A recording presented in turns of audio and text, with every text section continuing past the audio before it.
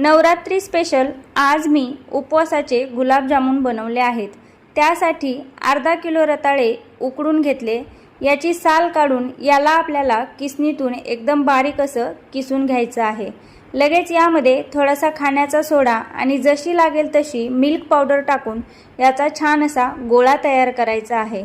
गोळा तयार करून झाला की तळ हाताला थोडंसं तूप लावायचं आणि याचे छोटे छोटे बॉल्स तयार करून घ्यायचे।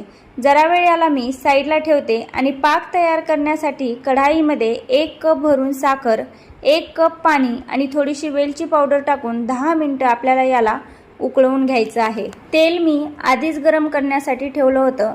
लगेच यामध्ये तयार केलेले बॉल्स आपल्याला छान असे ब्राऊन कलर येईपर्यंत तळून घ्यायचे आहेत आणि हे तळून घेतलेले बॉल्स गरम पाकामध्ये टाकून घ्यायचे। तर तुम्ही सुद्धा अशा प्रकारे गुलाबजामुन नक्की ट्राय करा। Thank you.